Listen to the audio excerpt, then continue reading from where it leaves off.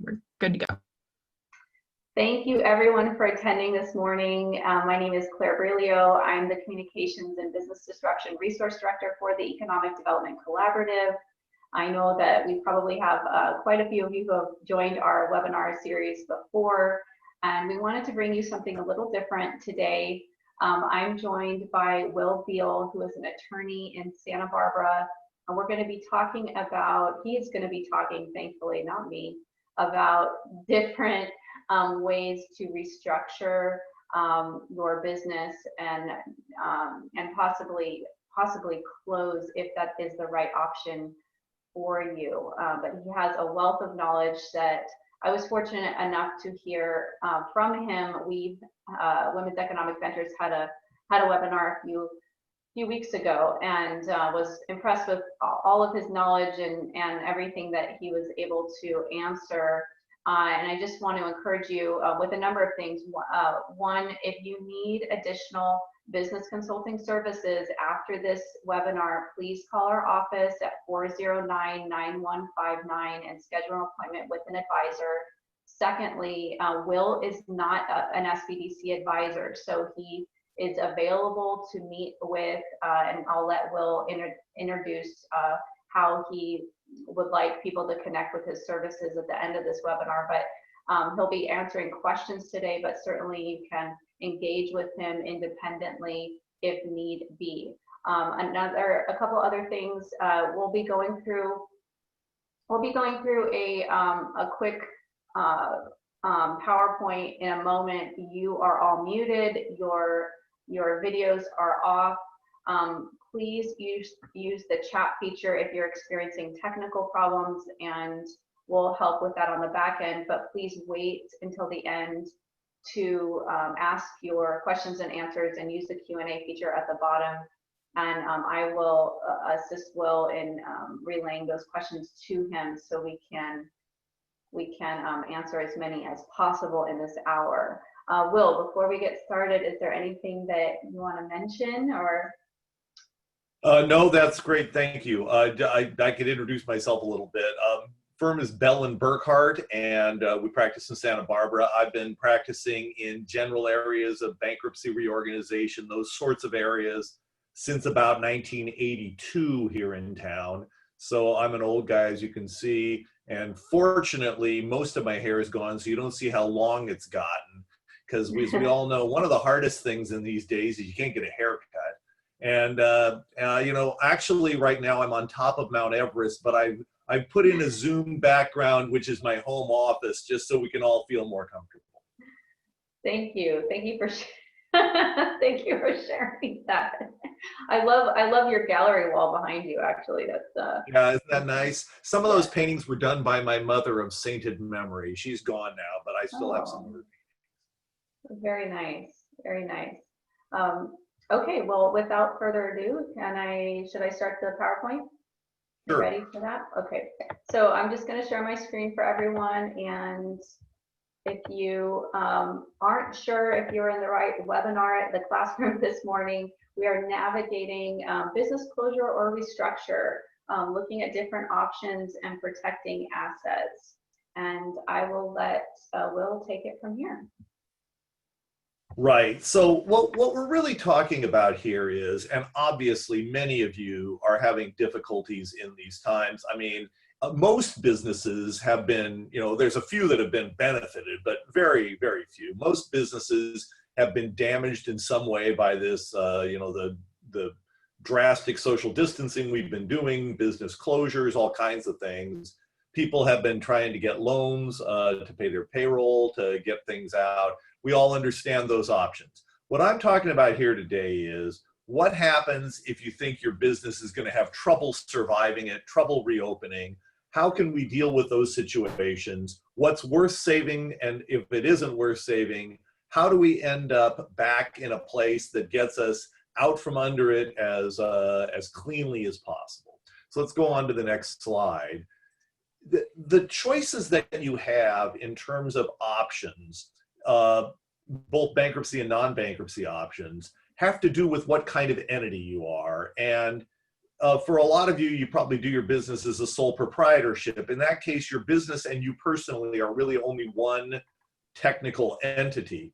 And that gives you certain rights. Others of you may do business through a format. You may have an S corporation, which means that the tax burden just comes through to you personally, or you may have a C corporation where you pay taxes at the corporate level.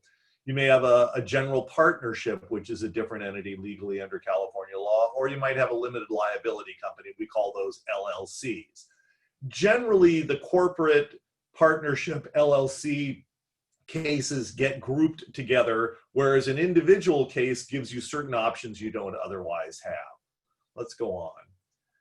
So you have different kinds of debts that you tend to owe, and I'm not saying this is an exclusive list, but these are the kinds of things that a lot of people are going to have. One is leasehold payments. We all know that everybody's got problems with their rent right now. It's hard to pay rent when your business isn't open, and so that's a big deal. Next, you have accounts payable. These can be your vendors. Sometimes it's the utilities, just the regular bills that come in every month. You've got your lenders. Sometimes this might be an SBA loan, or you might have some other kind of a bank loan. Sometimes your lenders are your mother, your sister, your brother-in-law that's put money into your business. And finally, we have tax obligations. These might be regular income taxes that you owe, or more different kinds of taxes. You might owe payroll taxes, though hopefully that's not too bad if your employees aren't there, or it's sales taxes can be another kind of tax depending on what kind of business you have. And we'll talk about the different things that occur in those situations. Let's go through the next one. We have different ways of reorganizing under the bankruptcy code. Chapter 13 is personal reorganization. That's what Congress called it. It's only available to individuals. So if you're a sole proprietorship, although you have a business, that's an available option to you. But an LLC, a corporation, a partnership cannot file Chapter 13. Chapter 12 is a family farmer or fisherman. Although that sounds extremely restrictive, there are the expanded definition might permit others to file under Chapter 12. You have to basically make half your income and have half your debts come from a farming or a fishing operation. There's also a new subchapter of Chapter 11. Chapter 11 is the main bankruptcy reorganization chapter. For example, Sears is in a Chapter 11. That's a very big one. General Motors filed Chapter 11, but it's available to everyone. For most people, Chapter 11 has more stuff going on in it than they need or want or frankly can afford. So Congress passed a new subchapter 5, which gives some small business ways of working through Chapter 11 that are, it's at least got a better chance now at small businesses being able to use it. Let's go on. So let's talk first about Chapter 13. Chapter 13 is a good tool if you're able to use it. Again, it's limited to individuals, but that does include the sole proprietorships. We have debt limits too. You have to have under $419,000 of general unsecured debt and $1,250,000 of secured debt. Now, secured debt might be the mortgage on your house. It might be a SBA or other bank loan that has a security in your business assets. It might be your car loan. Those are all secured in the sense that they have the right to look to an individual asset or individual assets. In Chapter 13, we pay debts back over a 3 to 5 year period. There are rules about who can be in 3, who can be in 5.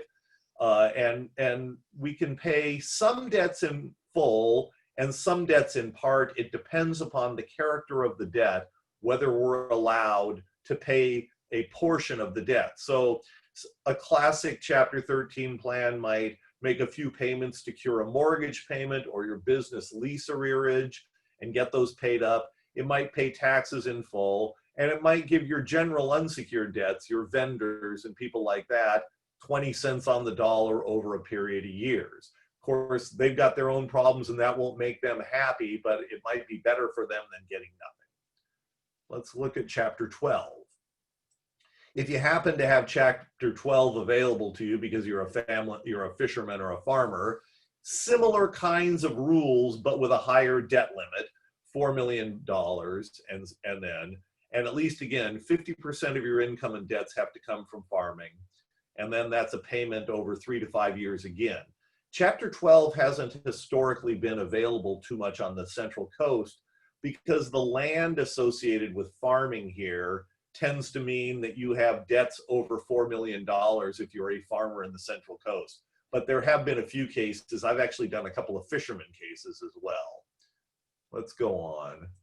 Chapter 11 doesn't have any debt limits, but the subchapter 5 does. Once again, we're down under $3 million, $2.7 million in total debts. Same again as Chapter 13 in many ways.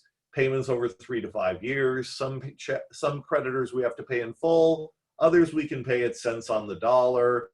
And Chapter 11 is available to everyone. It's available to corporations. It's available to partnerships. It's available to LLCs. It's available to anybody that the Supreme Court in the famous political contributions case considers people, as opposed to Chapter 13, which is really just available to real people. Let's go on and talk about leasehold debts. Many people, and I know we did a similar a webinar, as Claire said, with Women's Economic Venture up here in Santa Barbara. And I had a lot of questions about leasehold, so I think this is important to a lot of you. How do you deal with a leasehold in these reorganization chapters? Well, you have to either assume or reject a lease. Rejecting means you're going to move away from the lease and go to a different situation, maybe even with the same landlord, but that would be voluntary on his or her part. But mostly you'd be leaving. And if you reject the lease, then whatever you owe on that lease becomes a general unsecured debt. But if you assume the lease, if you want to keep your business lease, or it could be a home lease, but mostly we're talking business leases here, to assume them, you must make a prompt cure of any default under the lease. You must make adequate assurances of future performance under the lease. And these are the two things that you need to do. So if you're 3 payments behind, you might say, well, I'm going to catch those 3 lease payments up over the next year, and I'm going to say that's prompt. I can't tell you that a bankruptcy judge would say that's a prompt cure, but I think you'd have a great chance at that in today's world. In fact, if you happen to be in the city of Santa Barbara, they've passed an ordinance that gives you a year to make up a past due lease payment because of the pandemic situation. Once again, if the lease is rejected, it becomes an unsecured creditor, and the amount of the damages that a landlord would be able to charge are limited. Typically, they can charge out to the end of the lease. You've breached a contract, but under the bankruptcy law, essentially a landlord's claim is limited to a year of prospective rent. The landlord gets whatever's owed as of the day the case is filed, plus another year's worth of rent in their unsecured claim. Once again, that unsecured claim might be getting paid at 3 cents on the dollar, so that might not be relevant, but it might be as well. That depends on your case. Let's move on. Lenders, I talked about, you've got these bank loans. So some of these lenders, as I said, you might have your brother or your father, lent you $50,000 or $100,000 when you started your business, and they just gave you the money and you owe it back to them. That's an unsecured debt, and it's treated the same as your vendors. It goes into that pile of general unsecured debt. On the other hand, if you do a bank loan, they tend to require that you give them security in your business assets. Perhaps it's your inventory. Maybe it's your fixtures. Your fixtures had value when you spent the money to put them in. They don't have a great amount of value when you're trying to liquidate, but there's still some collateral there for the lender. The secured creditor is entitled to be paid in full on their secured claim. And I see I'm missing an S in interest there. I'm sorry, that's my bad typing. But so we have to pay that secured debt back in full with interest. The interest can be pretty low. It could be market interest. In today's world, that's very low. More likely you pay it at the note rate, depending on who your lender is. That's usually fairly reasonable. The unsecured part of that lender's claim, you may be able to pay as a general unsecured claim. So you may be able to take their claim. For example, say you have a debt that you've been loaned $50,000, but you only have $10,000 in inventory that collateralizes it. That's a $10,000 secured claim and a $40,000 unsecured claim that we can treat the same as your vendors. Let's move on to the tax debts. Tax debts divide kind of brutally into debts that are your debt and debts that you actually collected from somebody else but are to pay over. And we call those trust fund taxes. And the two very common ones we see all those are the sales taxes. If you sell something to a customer, you collect sales tax, and then you're according to the state of California, you're supposed to put that into a different pile and then hand it over to them. We all know it all goes into the same cash register, but you do owe that money to the government. And payroll taxes are the same. Some payroll taxes you pay as the business owner, others you deduct from your employee's gross paycheck, and then that's to be paid over. Once again, that's a trust fund tax. Trust fund taxes are treated more harshly by the taxing authorities. Other ones are treated more generously, although it's not tremendously generous. The governments write the laws, so they write the laws to protect their own obligations. That's not a surprise or frankly wrong. I think we'd all rather see the government get paid than others. So income taxes and some other kinds of taxes like that are non-trust fund. We have to pay them. Usually we have to pay them in full, but it depends. Income taxes, if they're old enough, can be treated as general unsecured debts and thrown into the pile with the vendors and unsecured lenders. So that just depends on the exact character of your taxes. Generally, income taxes, if they're 3 years old, and old is, again, I don't want to go too much in detail there, but that they become general unsecured debts. Let's look at unsecured claims. We talked about the general unsecured claims in a few formats. Typically, it's your vendors, maybe your utilities, although they can be a special case as well. You know, if you have an unsecured lender, maybe some unsecured taxes, maybe the unsecured portion of a presumably secured loan. Sometimes we pay unsecured claims in full, sometimes we pay them in part. And generally in all the reorganization chapters of the bankruptcy code, we have two rules that are primarily the ones we look to determine what an appropriate amount of payment is. And one is, how much can you afford to pay? And that's your best efforts. So we look at projected earnings from your business over the period of the plan. Again, typically that's 3 to 5 years, although in Chapter 11, it could be a different period of time. We look at that and we say, okay, we're going to pay over 5 years, and all I can afford to pay per month is $1,000 a month. So that's going to be $60,000 into the pot. Now we got to divide it up. How much do unsecured creditors get? That's your best efforts claim. The other one is the best interests of creditors test.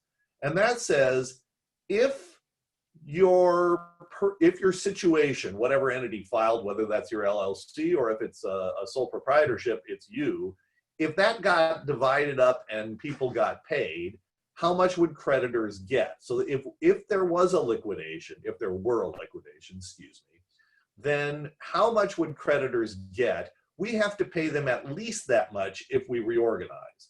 Now, the main time that this is going to matter for any of you is if you do have a sole proprietorship and if you own a home and if your home has equity in it. Because if you have a sole proprietorship, then your creditors are entitled to look to you to be paid. And if your home has equity in it, then perhaps they would have a right to be paid out of the equity that you have in your home. Now, we're going to talk some more about that as we go through. And since we're talking about that, let's look at liquidation cases. this is the situation, and I look at situations when a small business comes to me, and the first thing I ask is the business worth saving? And then, is it possible that you can do the business afterwards without reorganizing? And if the business needs to be saved, and if we can't do it afterwards without using some things, then we look at reorganization chapters. Otherwise, we look at liquidation. Because if it's possible to file a Chapter 7 case, that's a liquidation chapter of the bankruptcy code, a lot of times it's your best option. For somebody like me, who, although I won't bore you with my personal corporate structure, but a lawyer after bankruptcy can still practice law. I may have business assets, I might have accounts receivable, things like that are part of my pre-bankruptcy situation, but afterwards I still have my ability to practice. So some of you are still going to have the ability to do your business afterwards because it is really personally what you do. If you're an accountant, if you're a hairdresser, I was talking about not being able to get my hair cut. So in those situations, your ability to do business afterwards might survive. If we can file a Chapter 7 case, most debts discharge in bankruptcy. And not all of them do, but most of them do. And that means that after you file a Chapter 7 case, you get to start over without all those old debts. Now, some debts don't discharge. You don't discharge a debt for a tax if it's within the last 3 years. You don't discharge a debt if you've done something bad. You've defrauded somebody, you hit somebody with a car while you were drunk. I mean, there's bad things that aren't dischargeable. But most debts do discharge. There's also it's not exactly a discharge thing, but those secured debts. If you have a car loan and you file a bankruptcy case, you have to either pay the car loan or give back the car, because although the debt can discharge, they have the right to the asset that is their collateral. Same with your home loan or home loans. If you have property in a liquidation case, the trustee in bankruptcy is entitled to take that property and sell it so that your creditors can get the proceeds. Now, they don't take all your property, and what you get to keep is exemptions. Those are the assets that you get to keep. And many of them are very normal. You get to keep your clothes, you get to keep your household goods, you get to keep a certain amount of tools of the trade that you use in your business. These are normal. A moderate amount of equity you may have in a vehicle. You don't get to keep, a brand new Porsche 911, but your car, if it's a normal car, is usually okay. The biggest change, there are two sets of exemptions, and most of the exemptions in the two sets are the same. There are important differences. In the one set of exemptions, we have that homestead exemption.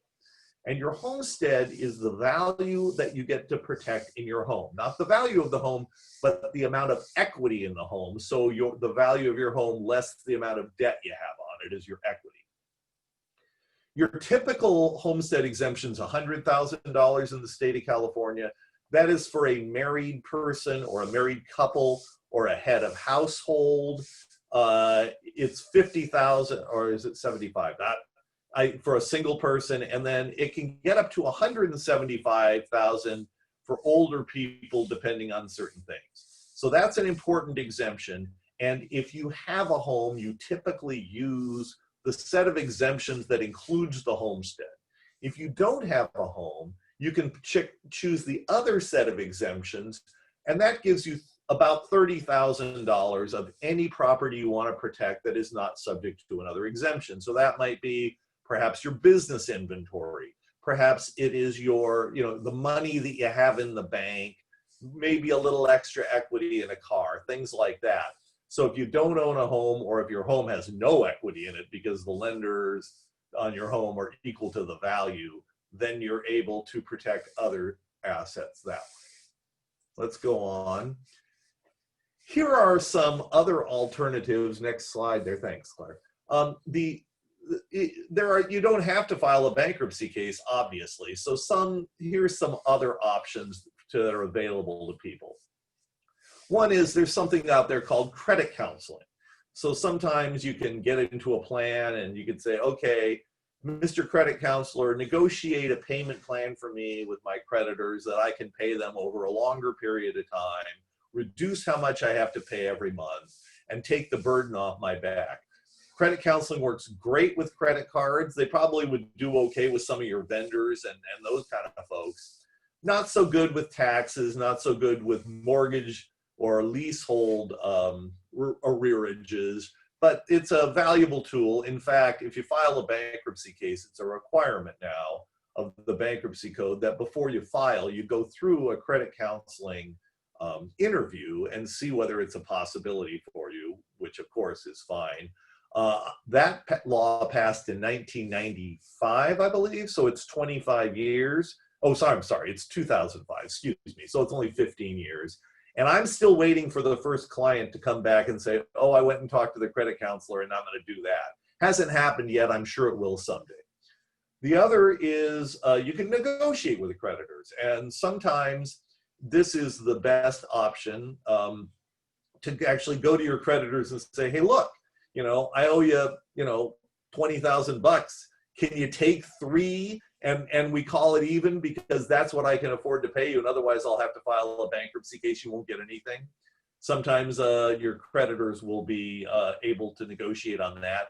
People had a lot of questions when we did the Weave webinar about negotiating with your landlord, and I think the landlord is a huge one to negotiate with because, again, they have better rights in bankruptcy than a lot of the other creditors do. So I think it's extremely important to be talking to your landlord, at least when you're able to generate enough income that there's something to talk about.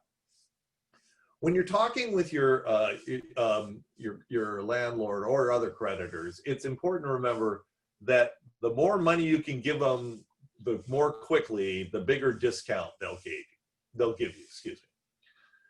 So the next thing is, when should you be doing this, okay? And the first answer to this is, look, it's always sensible to get advice. Most people in my field, the insolvency lawyers, offer free consultations. You can get a chance, you can get in. I say get in, but maybe like most other lawyers, maybe like me, most other lawyers aren't meeting with people too much in person right now, but we can do a Zoom conference or we can do a telephone conference. And most people will give you a free consultation. They'll talk to you, they'll take you through your options. So that's useful. The other thing is, when do you have to file a case? And this is all about what are people doing to you. Now, what can they do? Well, foreclosure. Yeah, if they're going to foreclose on your house and they're going to take your house away from you, yeah, you need to stop that. Eviction. They're going to throw you out of your home. They're going to throw you out of your business. That's a time when you've got to do something to stop that. Legal action. Maybe they're suing you and you're going to get a judgment against you, and then they can take the judgment, they can go to the bank, and they can take the money out of your account. That kind of hurts the ability to continue your business. Now, pretty much all those things are currently on hiatus. I don't know about all foreclosure companies, but at least some of them are taking the position that because a foreclosure is required under California law to be a public auction, it's not possible to have a public auction right now because of the stay-at-home orders. So therefore, some foreclosure companies are taking the attitude that they can't hold a sale right now. Evictions are currently under hiatus by executive order of Governor Newsom, I believe. Tell me if I'm wrong, but I think that's what it is. And the courts won't give an order, a writ of possession, which is what they have to give to the marshal. Excuse me one second.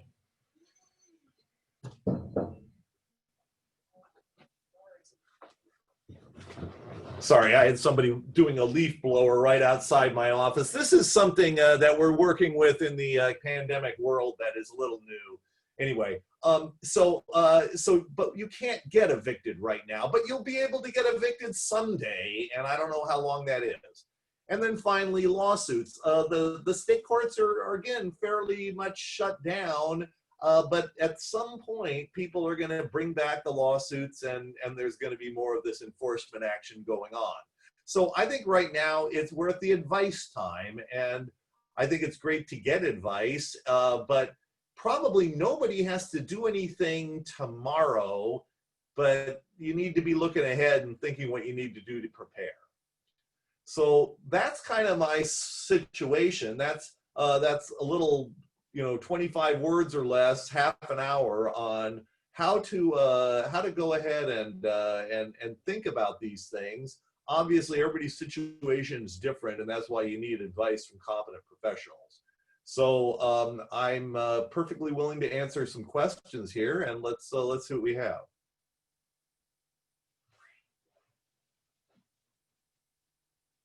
Claire, I think you're muted. Here we go. There we go. Love technology. I love it. Okay. Thank you so much, Will. That was informative, and I learned something new again. Always impressed with as much as you know. I'm really glad that you know it and I do not. So I would invite anyone that has questions now to chat in or use the Q&A for Will. We have him for a few more minutes. We have him for a while. I don't see any questions right now, which I'm very surprised. Don't be shy. Ask your questions if needed. And then Will, let me just put this in the chat feature right now. If people want to get a hold of you, how would they get a hold of you? Yeah, well, first of all, you can find me on the web. My last name's Beall, although I pronounce it Bell. My phone number, my office number is 966-6774. You can leave a message there, although I'm not there right now, but I get the messages on my email. I'll get right back to you. So yeah, I mean, as I said, my offices are downtown Santa Barbara. The bankruptcy court here is centered in Santa Barbara for the tri-counties, essentially. So we get cases from Ventura, Santa Barbara, San Luis Obispo counties. The hearings are held here in Santa Barbara, though. Again, like everybody else, we're not even having any hearings. They're all on Zoom or court call right these days. It's a strange world we're all living in, and I'm sure you all know that. Yeah. Well, waiting for anyone to give questions. I have a question actually. Because we've been dealing with so many clients who've had questions about how to deal with landlords, how to protect themselves.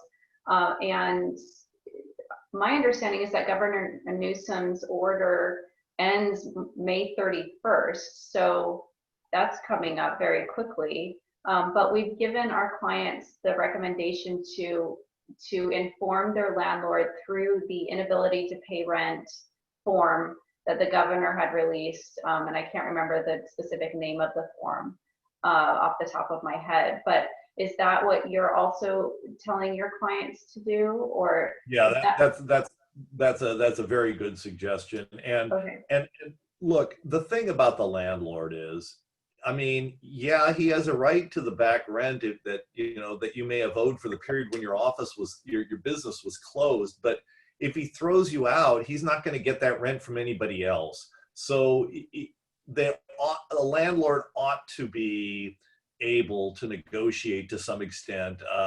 Again, people run the gamut. Some people are wonderful, caring human beings, and others are not, let's face it. And landlords have their own problems as well. They've got mortgages to pay, and you're going to find this with your vendors as well, that somebody that you're not paying because you don't have any business income, well, that cuts off their business income, and that makes them crazy and worried and scared, just like you're crazy and worried and scared.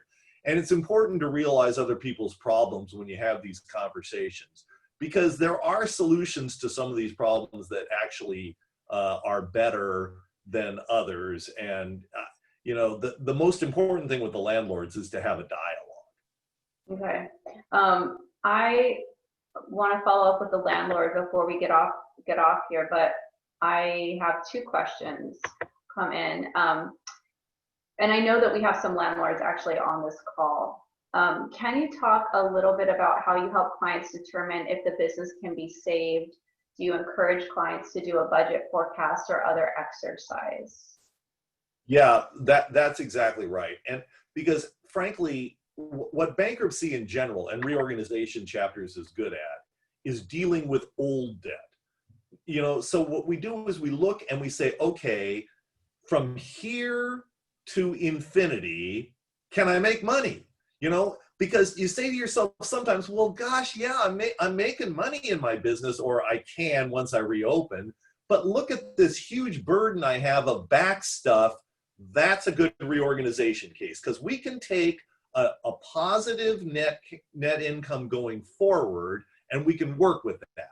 But if your business is so badly damaged that you're not making money from today forward, then that's not worth keeping. And then you're more into the mode of, how do I make this so I get myself the softest landing possible? And these are that's generally the line for me. Now, sometimes the business going forward is making so little money that we just can't make it work.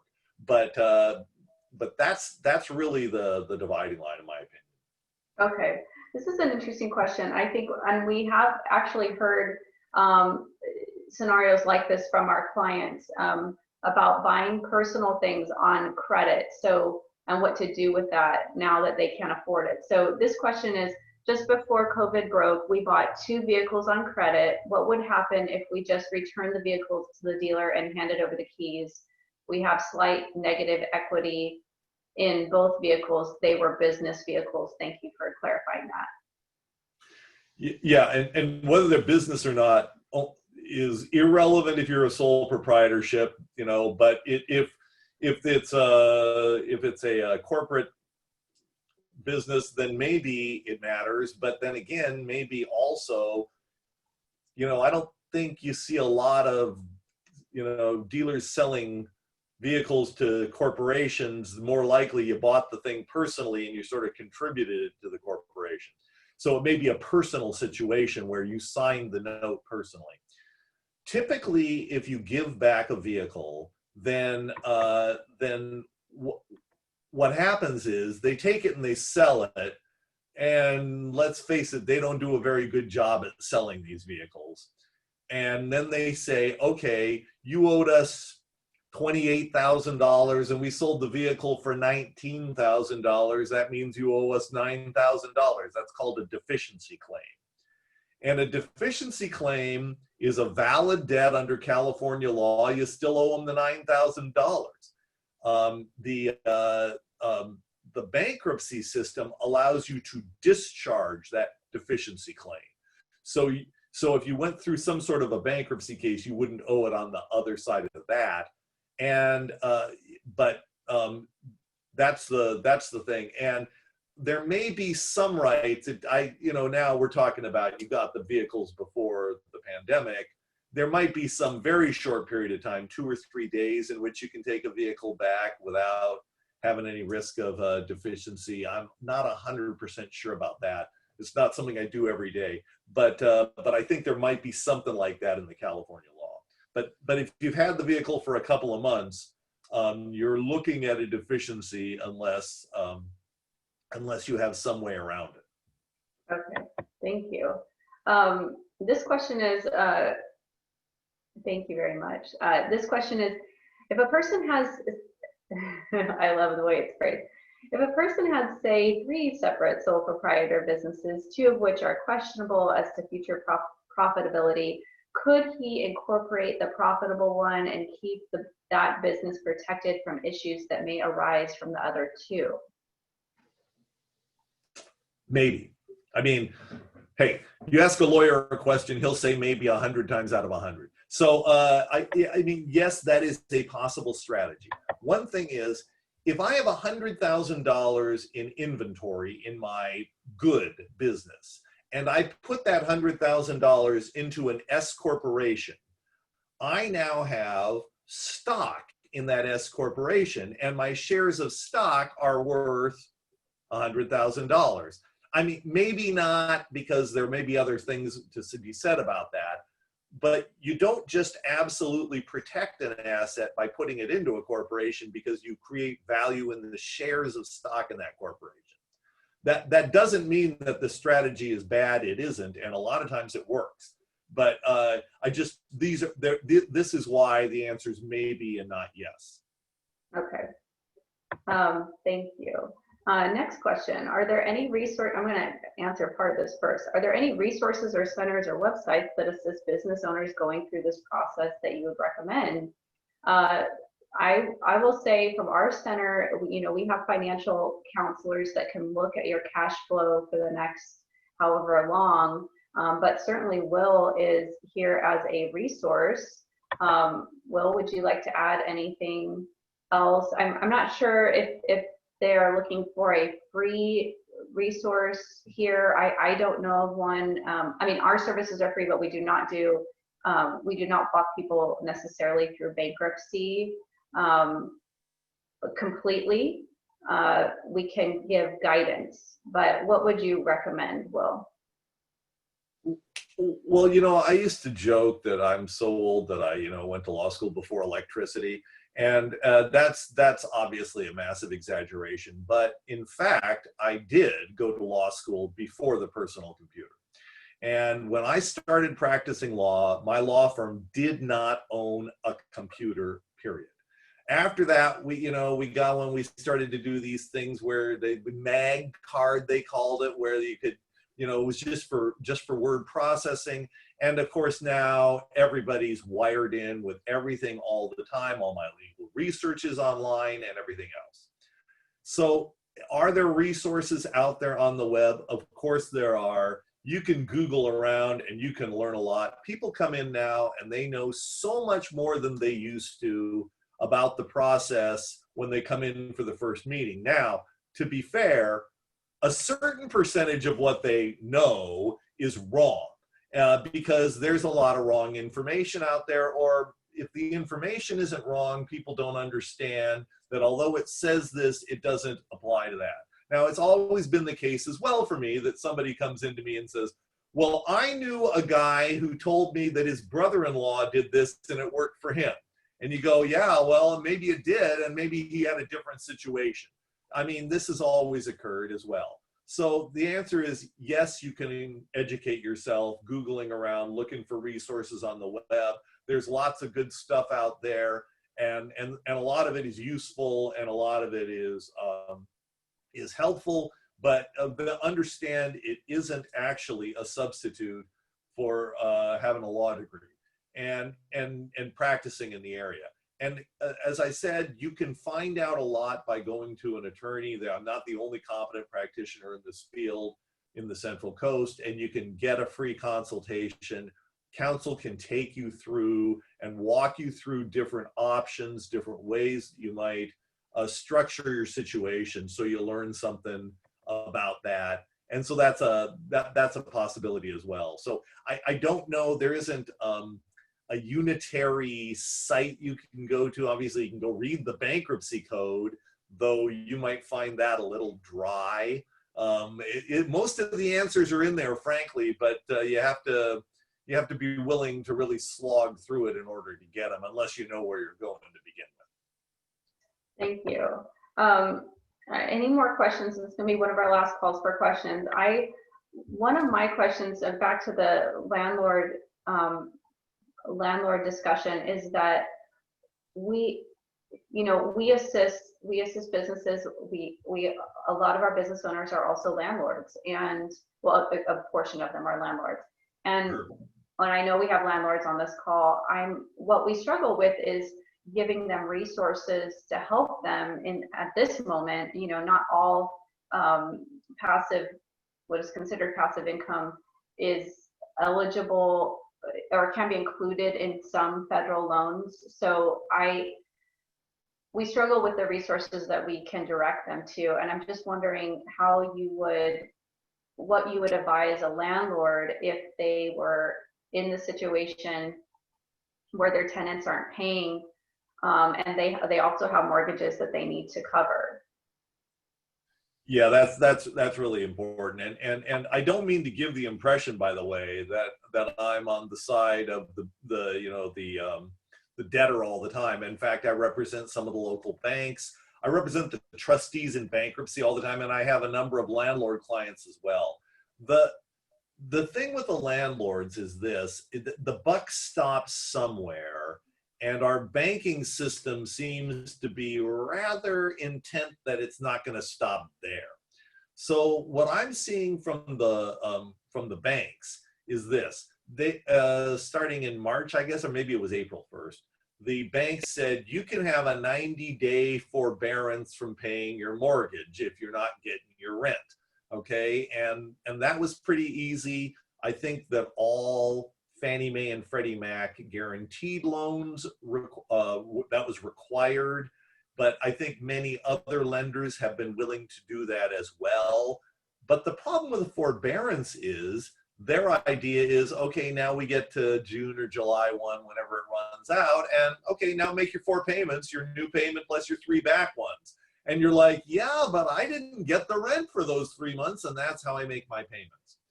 My understanding of what the banking system wants to do with that is that they want you then to go through the modification process, which I would call a nightmare, but that's far too nice a word for it.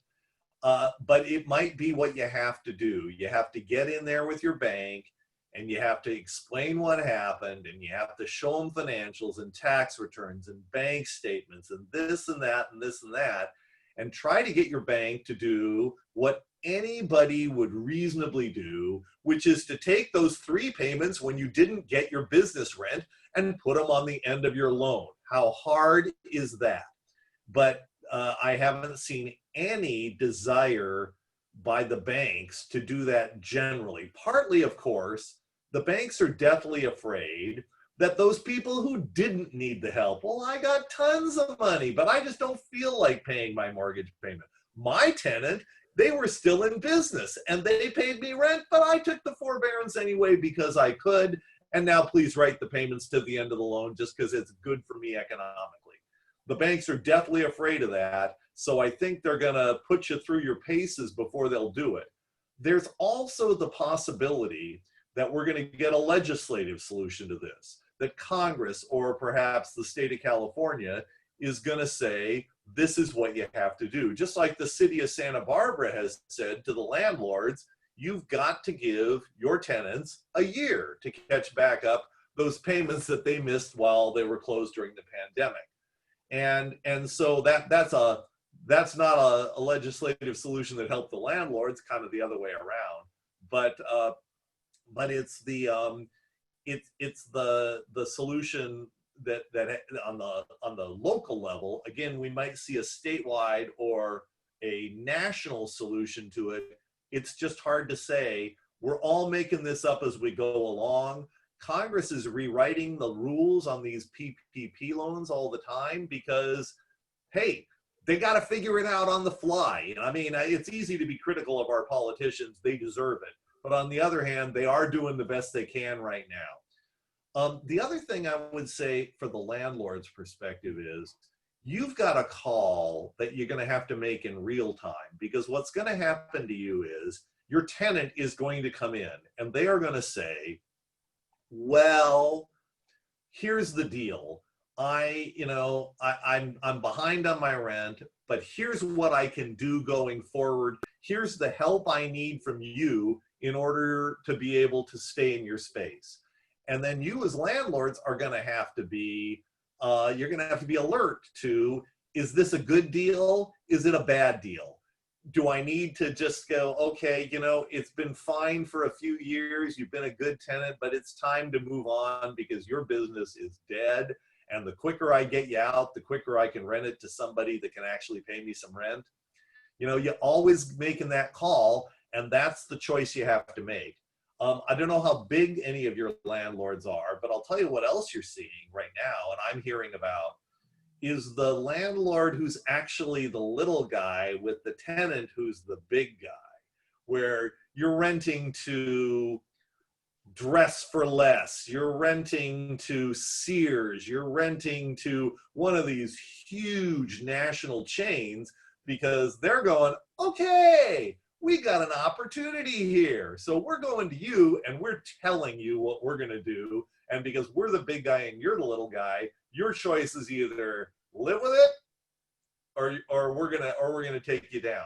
And those people, you know, again, you don't have much bargaining power if that's who you're renting to. I mean, it's nice because their checks clear every month, but when they want to make a change, you pretty much have to make the change they want to, or else you're on the you end up on the naughty list. And all of those major retail chains are either in Chapter 11 or they're threatening Chapter 11 with their landlords. So that puts you into a completely separate category, you know, how you deal with Peer 1. So that's all just think, because whether you're dealing with Peer 1 or you're dealing with a small business that is this is their only location, completely changes the bargaining position you have with your tenant. Yeah, thank you for that. That's really interesting about the small landlord renting to the larger entity. I'm not sure if we have any of those, but that would be a terrible situation to be in. And I do feel for all of our landlords because, you know, the ball just keeps getting pushed to someone else to deal with the problem. And also our tenants without the capacity to pay rent. So we have both. And to your point, the PP, at least for these federal programs and especially PPP, you're right, the rules are getting rewritten all the time. And so we do anticipate more changes coming, but you know, what we thought would normally come in these types of scenarios has been completely different than what has been available, including PPP. So who knows what the landscape will be in the next 12 months or so. But we did have this question come up from another client, and this is last call for anyone else before we let Will get back to his beautiful day in Santa Barbara. What happened? Socked in fog, with June gloom has hit today. It's sunny here. So one of a question that came in was from a tenant recently, was what happens if I just leave and I just skip out? You know, what's going to happen to me? What will my landlord do? And to your point of the courts not being open, so let's say they're in Ventura County, because this actually was in Ventura County. What is my landlord going to do? What are my options? Is that back to we'll wait and see when the courts open, when they can actually pursue legal action against that tenant for abandoning the lease? Or I mean, we're not giving advice, just to clarify for those listening, the advice is not skip out and leave without communicating with your landlord. That is not the advice I'm giving at all. But in that situation, the tenant just felt hopeless and really didn't know what to do. Yeah, let's talk about that situation a little bit. First of all, typically, if you have left on a lease, as opposed to a month-to-month rental agreement, but a lease, you've got a contract, and it's got performance that goes out into the future. So if you breach that contract, you should expect that you will be sued. Now, again, whether the landlord can get anything from you or not is a different question, and that's that Chapter 7 liquidation that might have to be an option. It is always, to echo what Claire just said, it's always a good option to talk to your landlord, and here's why. For a lot of landlords, they're willing to make pretty reasonable concessions on the forward-going rent you might owe if you give them possession back. I mean, for a lot of landlords, if somebody just quits paying rent and doesn't leave, it's a challenge to get them out and to move their stuff out and all that kind of stuff. It's expensive, it's time consuming, and it's a problem for a landlord. And so a lot of landlords would be willing to give significant concessions to a tenant that said, hey, look, I can't do it anymore, but I will give you your space back, and you don't have to sue me, and you don't have to get the marshal to throw me out, and you don't have to deal with 3 dumpsters full of my inventory that I'm leaving here. I'll leave the place broom clean, and you agree. Again, I can't tell you exactly what deal would be made because it all depends on the landlord and the tenant and a million other things. But that's a thing. And in fact, in the residential situation, it is very common to see a situation in which a tenant can no longer pay rent at home, and the landlord to actually give them money to leave. In other words, the landlord says, look, I know you got to go somewhere and you got to move, and I know you got no money because you're out of work. We get it. You know, they call it cash for keys, and it happens all the time. So just, you know, again, whether you can make that happen in your personal situation or not is a question. But one also, the other thing about the leaving is either way, we have a system we call unlawful detainer, and that is how a landlord gets a writ of possession, which allows the sheriff to come to the premises and eject the tenant so that the landlord can have their space back. The unlawful detainer system works on a very short time frame, when it works at all. Like I say, right now it's on hiatus. I think, Claire, you think it's over 5/31, and it may or may not get extended. We'll have to see. We'll probably find that out from the governor tomorrow or something. But the unlawful detainer sometimes allows the landlord to get a large judgment against you for the future payments due under the lease in a very, very short period of time and a very short lawsuit, because what is needed is that writ of possession, and the courts operate quickly to give the landlords possession of their premises back. If you give possession back, now if the landlord wants to sue you for the damages on the lease, it's like a regular lawsuit, like, you know, I sold you widgets and you didn't pay for them. And that can be months, years, going through mediations and all. A regular lawsuit is a time-consuming thing. So it's an advantage to the tenant to leave in terms of how quickly, how slowly that landlord's going to have the ability to then, you know, levy on bank accounts and do things like that. Okay. Okay. Well, thank you for that. No more questions. I just want to thank you again, Will Bell. I so appreciate your time. And again, I've left, just to confirm, your number is 966-6774. That's correct. You can call Will and schedule an appointment. Like you said, it's the right time to get advice. And I really just want to echo that. We say the same thing at our office all the time. I mean, don't hesitate. There's no reason to hesitate right now, really. I mean, especially if you have the time, or if you don't have the time, it's the right time to understand options.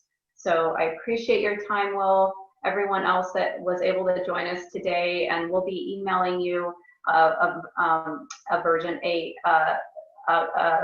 recording of this webinar in the next couple days. And good luck to everyone out there, and have a great morning. Thank you so much.